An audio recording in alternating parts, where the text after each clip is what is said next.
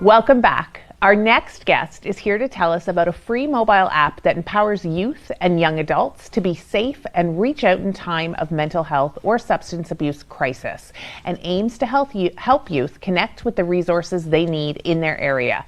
To share more about this critical support tool is Jill Vanderlei, the program coordinator of Be Safe, Mind Your Mind. Welcome to the show, Jill. Thanks for having me. So grateful to have you here today. So why don't we start with a little bit about Mind Your Mind and sort of the why behind this, the purpose behind it, and what the organization does. Yeah, absolutely. So Mind Your Mind is an incredible organization.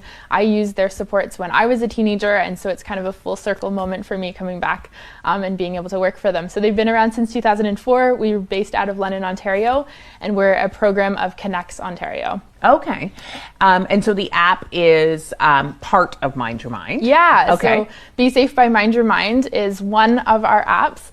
Mind Your Mind is really passionate about making resources and tools that help support youth with their mental health. And we do that in partnership with youth. So we have created the Be Safe app with a group of youth in a process that we like to call design labs. Okay. Where we talk with youth, we get to know what's important to them, and we really figure out what kind of process or tool or product or service that we can kind of create together.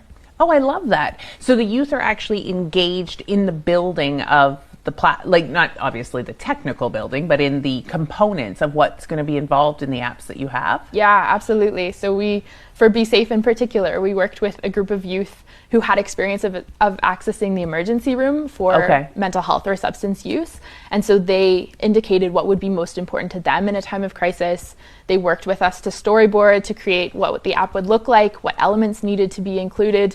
And then we go back and forth with the youth in that process until we get that right and we get exactly the picture of what they hoped for. Okay. So it having access to local resources is significant because that's probably one of the hardest things to navigate in the system. So what cities are you in, or how big is this at this point? Yeah, absolutely. So Be Safe launched originally in London, Ontario. It was a project that was made in partnership with the Canadian Association of Mental Health and a lot of local contributors and youth, of course. And so together we worked to kind of look at the needs of London, Ontario, and to look at the needs of the system. And so there was this huge gap where youth were reaching out for help, but maybe they weren't getting the right help that they needed.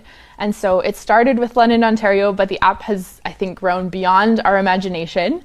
And so now we're actually available Canada-wide. So we have resources all across Canada. Which is amazing. Yeah, it's really cool. And it's a unique tool in that there isn't really something else that's going to get you to the support that you need as quickly as Be Safe does. That's awesome. And so I'm just curious, if I'm, say, a parent of a youth with mental health, is there value in me also having access to the app, or is it really geared for the youth?